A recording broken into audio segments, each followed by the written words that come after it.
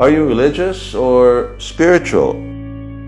Today, people increasingly identify themselves as being spiritual, but not as religious. About 20% of the public fall into this category of SBNRs. Spiritual, but not religious. And there's a wide spectrum of SBNRs ranging from dissenters to immigrants. Anyway, you can look it up.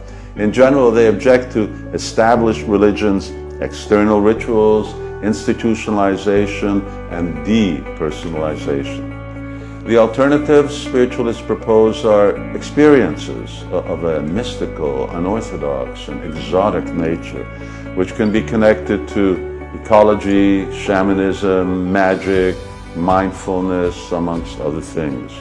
But let me comment on the Vedic view of SBNR. In some ways they're right, and in some ways they're wrong.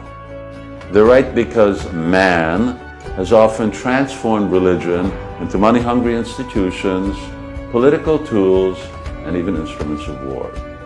Now, realistically, that's not the fault of religion, but it's the fault of men who interpret religion for their own ends. And when the essence of religion, which is true spirituality, is lost to hierarchy or ritual or sectarianism, then religion loses its soul. In rebelling against this, spiritualists are right, but here's where they're wrong. Knowledge of anything can be approached in two ways: the ascending path, inductive reasoning, and the descending path, or deductive reasoning. Religious teachings are based on the principle of perfect knowledge coming down from a perfect source. In principle, this descending path is foolproof. By contrast, spiritualism favors an ascending path that asserts that no one should legislate truth. Everyone has their own path to mysticism. Whatever works best for you, that's your own path. The problem with this approach is that humans do have four defects. And these are a tendency to make mistakes, that we have imperfect senses, that we're illusions, which means we don't even know who we are, and our tendency to cheat. And so here's the bottom line. Spiritualists are guilty of the very same violation with which they charge religions, and that is humans' imperfections distorting the essence of mysticism. So what's my take on being spiritual?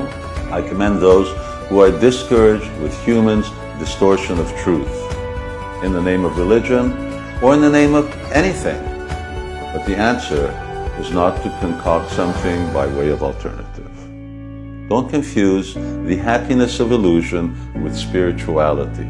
Rather, research authentic religious traditions, descending paths of truth to find the one that you resonate with and in which the contemporary human factor perfectly follows both original teachings and original practices.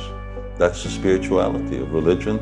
And that's where spirituality and religion meet, because in essence, there is no difference between the two, at least not if we want to know the truth.